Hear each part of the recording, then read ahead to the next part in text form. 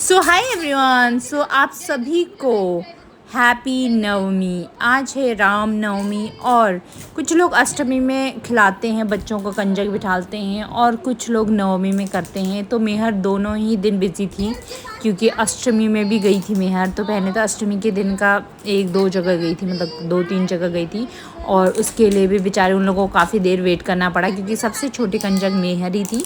और मेहर जो उठी थी, सुबह उठी ये 10:30 बजे और 10:30 बजे तक वो लोग वेट कर रहे थे कि हाँ चलो ये मेहर आएगी तो हम शुरुआत करेंगे। सो फाइनली गई मेहर, 2 लोगों की वहाँ गई थी और वहाँ पे मतलब खवा के आ गई। थोड़ा सा वहाँ पर दर्शन वगैरह करके मत्था वत्था टेक के करके आई। उसके बाद फाइनली आज जो गई थी मेहर, आज 2-3 जगह फिर से गई थी तो वहाँ पे काफ़ी बच्चे आ गए थे।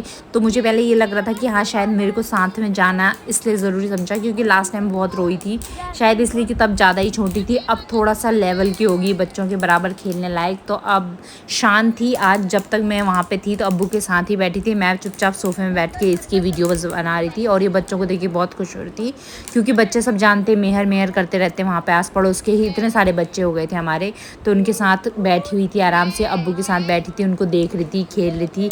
और कलावा इतने प्यार से बधवाया इसने और माथे पे टिक्का भी लगवाया। पहले तो अष्टमी के दिन तो नहीं लगवा रही थी, मना कर रही थी, बट आज चुपचाप से लगवा दिया बच्चों को देख देख के ना बच्चे बहुत सारी चीज़ें कर लेते हैं साथ के साथ। और इसका ध्यान पूरा, नहा के गई थी तो थोड़ा सा नींद वाली जोन में भी थी। और मैं भाभी को कह रही थी आजकल की माताएं बड़ी टेंट्रम वाली हो गई हैं, आशीर्वाद ही दिन उसमें दे दिए हैं फैंसी लुक में।